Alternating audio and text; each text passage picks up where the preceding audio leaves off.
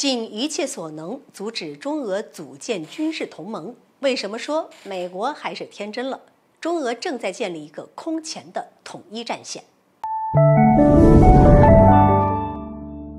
各位好，欢迎来到新乐锐评。日前，美军最高将领马克·米利在一档知名节目中公开宣扬，美国要尽其所能阻止中俄建立军事同盟。从美军最高将领口中说出这番话，证明此事非同小可，也说明当前美军非常害怕看到中俄建立军事同盟。为什么这样说呢？在美国的霸权思维中，中俄的存在本身就是对霸权的最大威胁。如若中俄联手组建军事同盟，将可能危及霸权根本地位。就像米利所说的，这不符合美国的利益。尽管中国多番重申，中国奉行不结盟政策，中俄之间属于高水平的战略协作关系，但是美国依然频繁炒作所谓的中俄结盟。令人好奇的是，马克·米利所说的尽其所能究竟包括了哪些手段？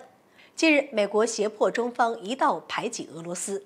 俄乌冲突爆发后，美国便对俄罗斯实行了一系列的制裁举措，其中就包括禁止美国航司飞越俄罗斯领空。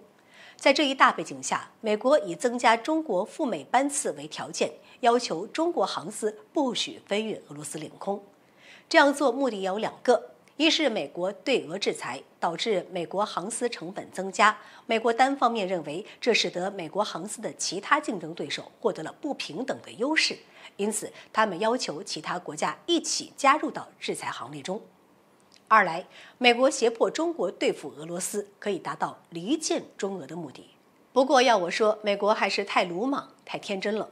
中俄之所以能形成这种高水平协作的战略伙伴关系，跟美国的推动是分不开的。难道美国认为靠一点蝇头小利就能够成功离间中俄吗？而且，美国担心中俄组建军事同盟的想法完全是多余的。对中俄来说，军事结盟反倒不利于两国开展接下来的行动，因为这样一来，有可能会引发世界范围内的大规模的军事集团对抗，进而导致世界格局失衡。美国恰好可以借助这个理由来集结霸权阵营。其次呢，中俄互相捆绑，从根本上来说，不利于两国的长远发展。而且，中俄同为世界级大国，如果是结盟，总是少不了有一方会担心沦为另一方附庸的问题。那要我说，中俄正在加强如今的联合姿态，比单纯的军事同盟威力更大。在提到中俄战略协作时，我们常常会提到这样一句话：中俄合作无上限。意思很明确，中俄之间的战略协作达到了一个空前的水平。